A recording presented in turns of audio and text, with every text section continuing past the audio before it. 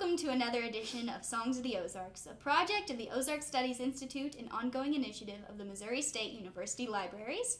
I'm Emily Flatness, and today's date is March 25th, 2022. Our special guest today is Matthew Hutchman, and the interview is occurring in the Ozarks room in the Missouri State University Library.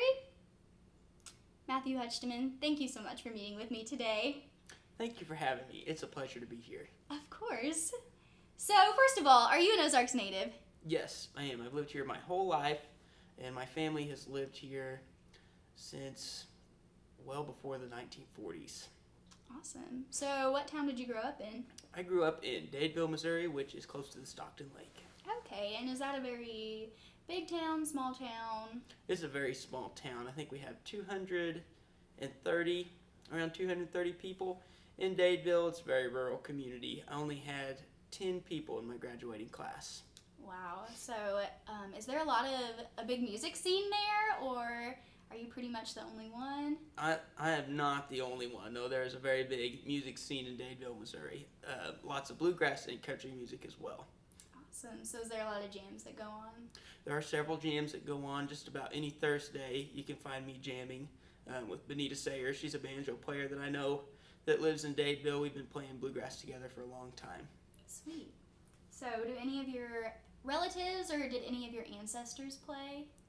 My mom is kind of who taught me how to play bluegrass. She taught me a lot about bluegrass, and my ancestors did not necessarily play bluegrass, but I would say they played more folk music. My grandpa was telling me a story the other day about how when his family would get together to butcher hogs every year, after they were done processing the hogs, they would have a big jam. It was an annual jam, and all of his cousins and family would come, and several of them played instruments. I think he mentioned that Roy Kraft was there a few different times, so I thought that was very cool. He would be a second cousin to Roy Kraft, I believe. Oh, wow. Yeah, can you tell us a little bit about Roy Kraft? I was pretty young when I met Roy Kraft, but he was a local fiddle player who did a lot to advance bluegrass music in the Ozarks. Awesome. 1 second, let me pull these questions up again. So, do you play in any bands or other musical groups here locally? I currently play with a country band called DeComo, and I play with a bluegrass band called Bluegrass Girls and Company, and I'm the company, obviously. Nice. So, do you guys play mostly in the Ozarks? Yes, everything we do is local for the most part. So, what do you think differentiates the Ozarks region from other regions in the United States? Goodness, I was kind of thinking about this. The Ozarks region, so in terms of culture, the Ozarks is far enough west. We have a lot of cowboy music here. People still have farms and ranches here like you would see out west, but then we also have the hill country. It kind of reminds me of what you'd see in the Appalachian Mountains. So there's kind of a blend there where the west meets the east. We're right in the middle of the country. The music here is really special. I think a lot of people who were moving east that settled here brought their music with them, and then you have some of the influence from the west as well. So you get a really special blend of music, bluegrass and country. With Branson being in the Ozarks, I think that's had a big influence on Ozark music as well. Yeah. So who here locally do you think, besides like your mom, has been the biggest musical influences on you? I used to take lessons. I took guitar and fiddle lessons from Larry Smith, who owns Village Music. He has all kinds of bluegrass instruments. That's in Stockton, Missouri. He taught me a lot about bluegrass. He used to have a bluegrass show on 107.7 FM on Saturday mornings, so it was great to listen to. Also took lessons from Andrew Morton. He taught me a lot about playing the fiddle. Like I said, Benita Sayer, she has been playing bluegrass for a long time. I've learned a lot from her. And then there's also several local bands that I've listened to for a long time that I'd say have a big influence on me as well. Kentucky 31 is one that comes to mind. I listened to them a lot when I was younger. That's kind of where I first heard bluegrass and developed an idea of what bluegrass sounds like and what it means. Awesome. So what type of music do you think is most prevalent in the Ozarks region? That depends on who you ask, I'd say.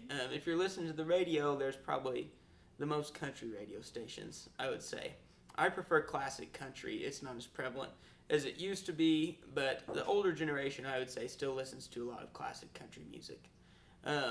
With that being said, there is still a large population that enjoys listening to bluegrass. Maybe they don't go to festivals all the time, but I know that there are several people that do enjoy it. Are there any festivals around here that you've frequented or Oh my goodness. that you really enjoy going to? Starvey Creek Bluegrass Festival is the number one. It's one of the best festivals in the nation as far as I'm concerned. I really enjoy going to it. I've also gone to Pickin' in the Park in Walnut Grove, and it's a good Awesome. festival as well. And then on Friday night at the Crane Broiler Festival in Crane, they always have good bluegrass music too. Awesome.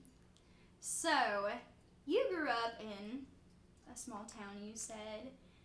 Do you think that community in Dadeville, Missouri, do you think that your music is a reflection of the community? I would Does that say make so. sense? Yes, that does make sense. Part of the reason that I like bluegrass and country music so much is because it's a reflection of simpler times. That's what I think of when I listen to bluegrass and country music, and that's what I think of when I see Dadeville, Missouri. It's simpler times. It's almost like it's preserved in time. It's an older community. It reminds me of the past. Not a lot has changed there, and honestly, I prefer it. I prefer that type of life. It's a lot less busy. There's a lot less distraction. There's a lot of farms in Dadeville. People like to focus on being outdoors. They enjoy visiting with each other. It's different than when I come up here to MSU and when I'm in the city. It's much different. So you are a student here at Missouri State University, is that correct? Yes, that's correct. I am a senior majoring in environmental plant science, and I have a minor in animal science. Awesome. So what made you stay in the Ozarks as opposed to going somewhere else? I love the atmosphere here. Honestly, playing music here in the Ozarks it's had a big impact on me, and I didn't want to give that up because I know the music community locally here in the Ozarks is so strong, and I know I haven't been a lot of other places to experience it, but I know that there's so many people there's always an event going on every week, it seems like, dealing with music, and there's always someone who's up to jam. I jam with friends, a lot of younger people, at least once every couple of weeks. So I didn't want to leave that. I didn't want to leave that behind. I really like coming here to Missouri State University. I think they appreciate what the Ozarks has to offer. There's a lot of cool stuff to do here. Our classes focus on, in my ag classes specifically, we focus on agriculture in the Ozarks and how to run a farm in the Ozarks. So I think that's really important. Yeah, that's awesome. What do you think, as a young person, is your role in the preservation of these old types of music that have existed so long here in the Ozarks? I'd say my role, I feel kind of like a torchbearer, and I think it's important not to change what we have. I think it's important while we have an older generation around that was around not long after bluegrass music, Bill Monroe's bluegrass music, was played on the Opry. Not long after that, they were there on the scene. They were some of the first to experience bluegrass, and even classic country music, sort of as we know it. So I think they're a valuable resource, and my role is to learn as much from them as I can by playing music with them and asking any sort of question and just appreciating the knowledge that they had to offer. Awesome. I think that's all the questions I have. Do you have anything else that you think would be important to add? Not that I can think of. Sweet.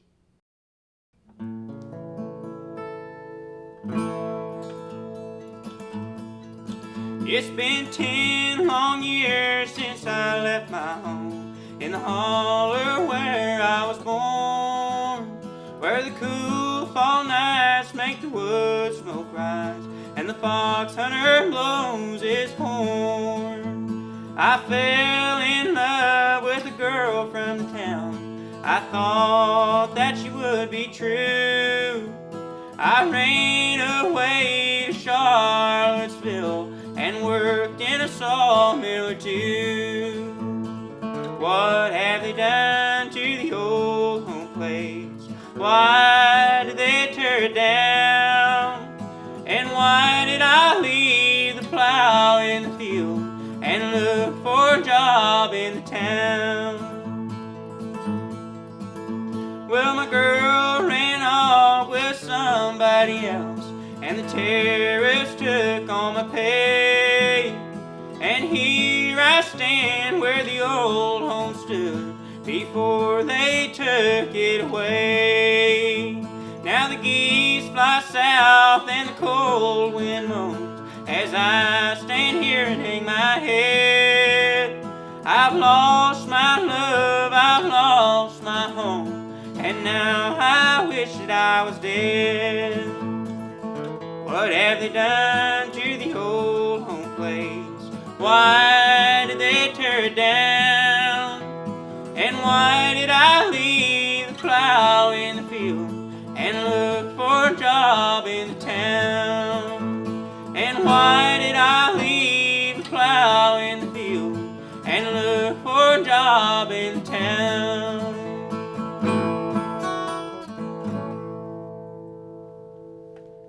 Very nice.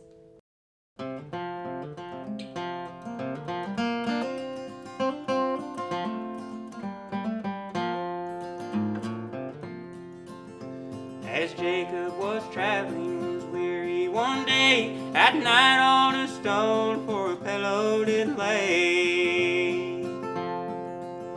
A vision of fear for a ladder so high, it stood on the ground, but the top reached the sky. Hallelujah to Jesus who died on the tree to raise up this ladder of mercy for me.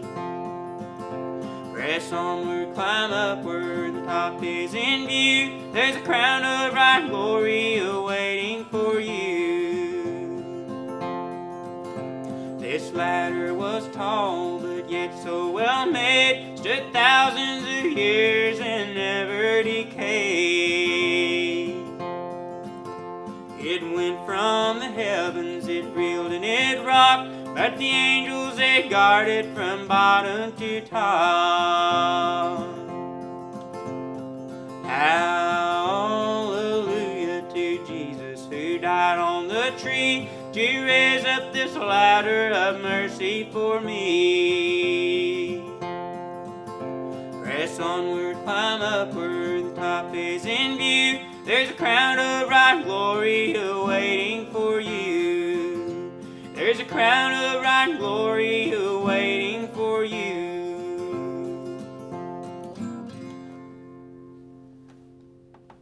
I love that. That's a good one. Yeah. I'm gonna have to listen to that one. We do it at church Add it to my sometimes. playlist. Yeah, I've never heard it. I thought it'd be a good like bluegrass gospel. Yeah. That's kind of what I was thinking of. That's one thing I didn't talk about.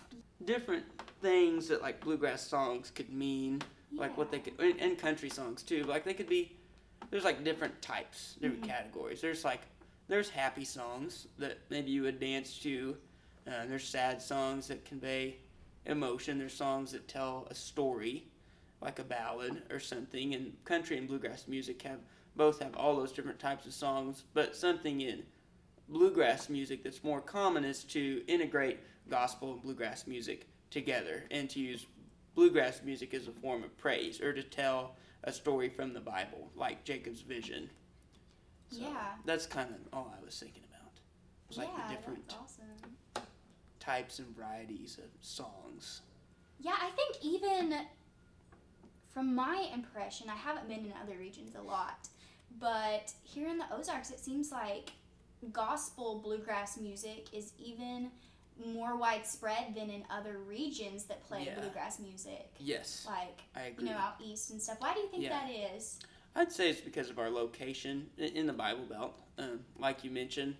It's not just with music, but if you go other places, religion is different there. I think Christianity is different. I think the church here in Missouri, in the Ozarks, and in the Bible Belt is stronger than what you would find in other parts of the country or even other parts of the world. Awesome. You think it's just less diversification maybe I think here that in the probably Ozarks? could Okay. be. Yeah, I think that has a lot to do with it. Awesome. And it may have a lot to do with the cultural backgrounds of the people that settled here just by chance. Maybe not by chance. Do you think we're a little more isolated than other regions? I would say so, yes. What would you mean by isolated? Maybe not. I guess another word would be more rural. Yeah, yes, Yeah. definitely much more rural. And as you go out west, like into Wyoming, I mean, there's areas where someone might live 50 miles from their neighbor, I think. I'm not sure about that. But no, out west, there may be more rural areas, but everything's pretty rural for the most part here as well. There's cities, but they're not as big as what you'd find on the coast, I would say. Awesome. Yeah, do you have anything else to add about that? I think I said everything I wanted to cover. Awesome. I'm acting like a cultural demographics expert. You are a cultural demographics expert. Maybe. I don't know.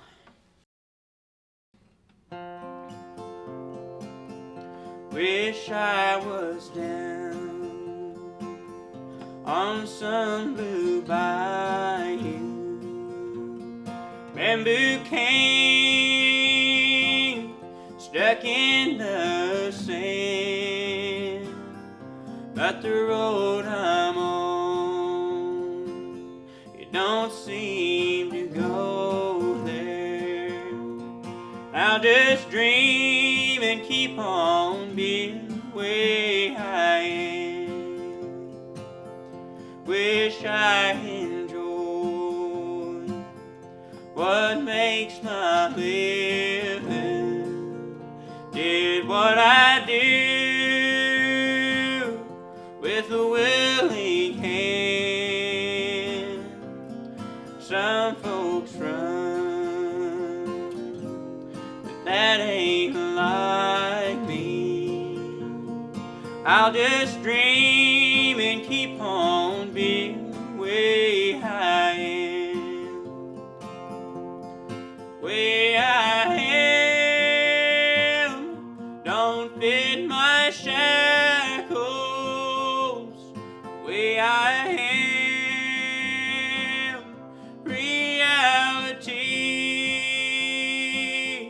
I can almost see that bobber dancing. I'll just dream and keep on being the way I am. I can almost see that bobber dancing. I'll just dream and keep on being the way I am.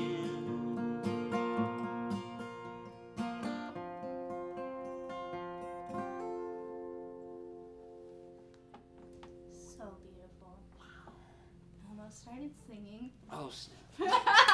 You'd be like, who the heck is that? What's that sound? Okay, well, is there anything else? Not that I can think of. This has been another episode of Songs of the Ozarks. Thank you so much, Matthew, for joining us. Thank you for having me. I had an excellent time.